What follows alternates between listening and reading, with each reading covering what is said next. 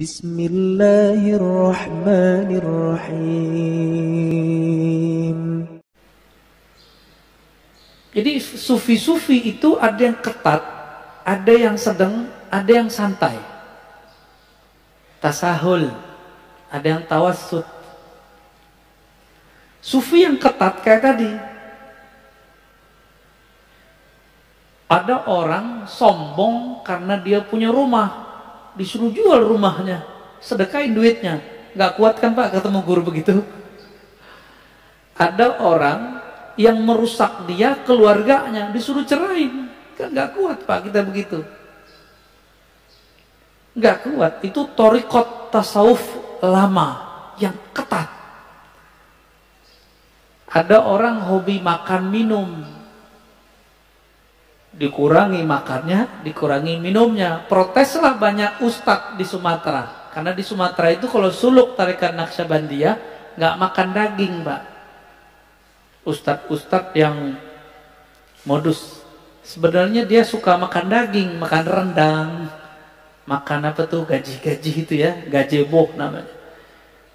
Itu suluk apa-apaan, kok mengharamkan daging? Kok kita nggak boleh makan daging? Oh, nafsunya lagi ngomong, nafsunya demo. Orang suluk nggak ada urusannya sama nafsu dia. Itu kejadian Pak banyak. Ustadz, selevel ustadz, bahkan menuduh orang-orang yang sedang suluk itu mengharamkan daging. Tidak, nggak ada mengharamkan daging. Taib. Ada yang sedang ini melihat kondisi si murid, menyesuaikan kurikulumnya, nyesuaiin si murid, tapi batinnya tetap harus kuat. Kalau tasawuf santai, tasawuf underground kan sekarang ada ya, ada tuh ustadznya juga muda juga tuh, beliau berdakwah di kalangan anak jalanan yang gak kepikiran sama kita dia buat. Sebenarnya jemaah tabligh itu bagian dari tasawuf menurut saya ya.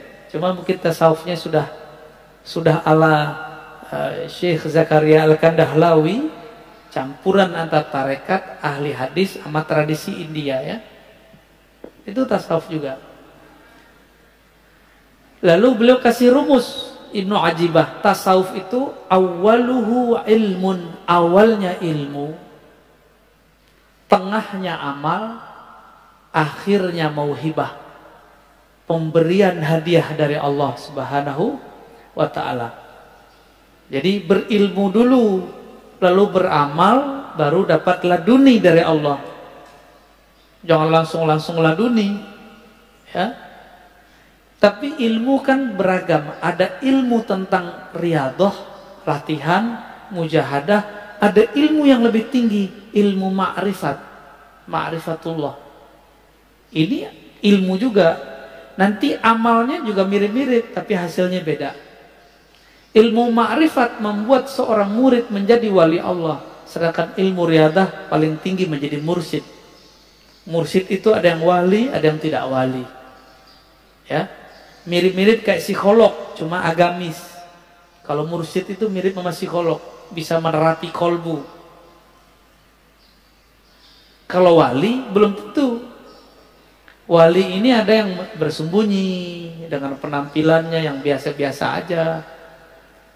Dan saya sudah sering mengatakan walinya sufi itu soleh-soleh Pak, pakai serban, mungkin pakai kopiah, penampilannya soleh lah. Itu wali sufi.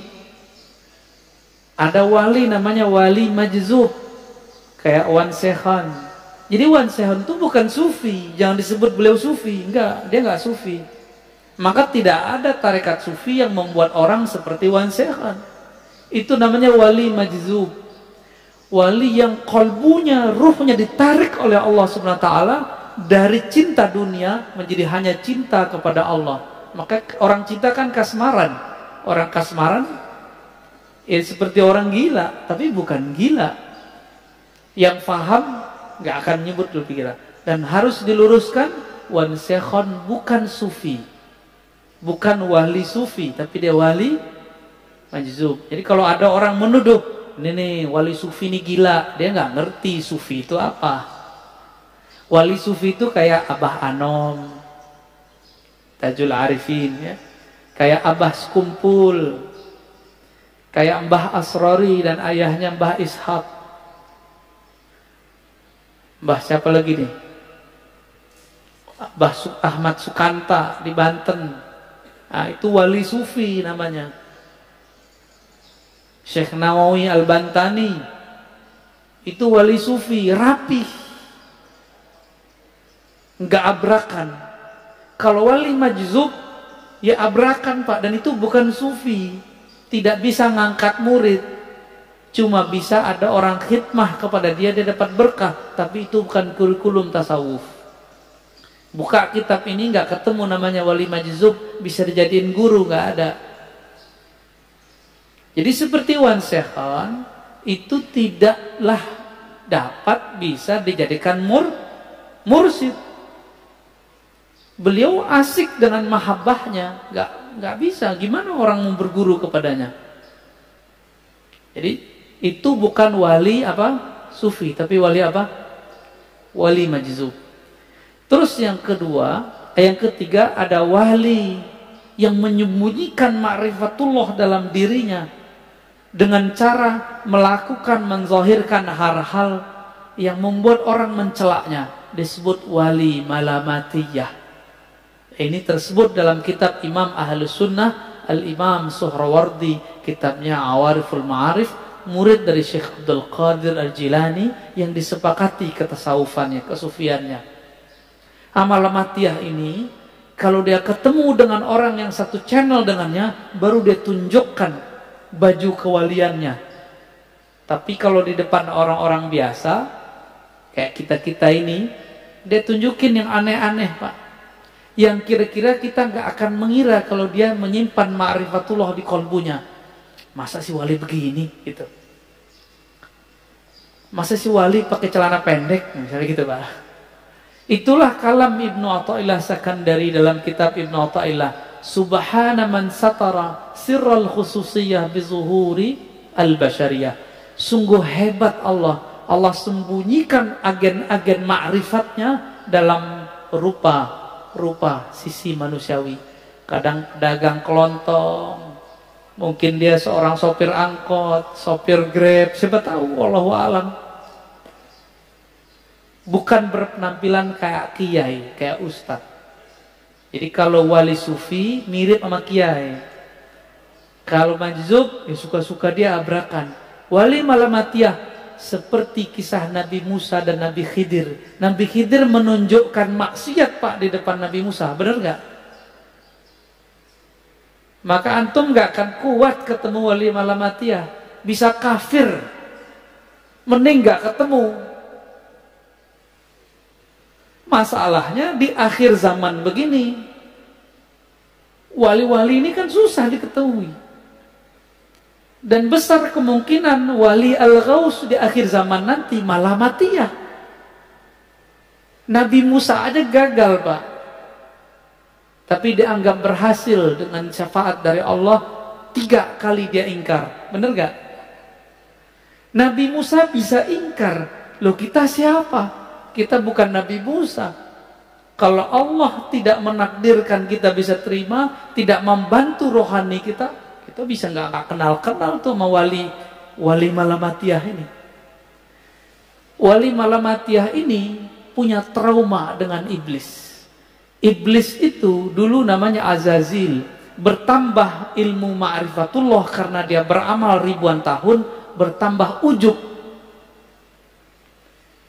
Dia merasa mendapatkan pengetahuan, bertambah ujubnya, bertambah sombongnya. Supaya tidak terjadi itu, supaya orang tidak mengkultuskan dia, wali malamatiyah ini menghancurkan karakter-karakter sisi kesolehannya, supaya orang nanti menghujatnya. Di saat ada orang menghujatnya, disitulah dia kemudian tidak ujub. Itu malamatiyah. Itu bukan sufi loh ya. Jadi yang sufi yang pertama aja. Kecuali si malamatiyah sudah diperbaiki oleh Allah lahirnya, baru dia nanti persis kayak sufi. Kapan itu kita nggak tahu ya. Dan di akhir kata Imam Zarruq, definisi sufi ini tasawuf itu banyak. Tablugh nahwal alfain. Beda imam, beda pengalaman. Kira-kira ada sekitar 2000 definisi tasawuf. Namun semuanya berpulang kepada satu hal. As-sidqut tawajjuh ilallah. Kesungguhan, kejujuran, kebenaran bertawajuh menghadapkan diri kepada Allah. Jadi itulah awal dari doa iftitah, wajjahtu wajahiyah. Itulah tasawuf. Supaya mencapai wajjahtu bisa jutaan cara. Itulah namanya tarekat sufi.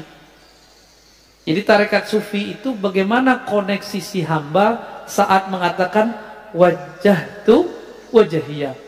Tadi waktu baca doa iftitah nyambung nggak kepada Allah? Enggak kan? Karena belum punya torikotnya, ya, belum punya sidqut tawajuh. Lisannya ngomong, kolbunya nggak ngikut. Yang disebut sidik, lisan mengatakan wajah tuh, kolbunya langsung berkiblat kepada Allah Subhanahu wa Ta'ala.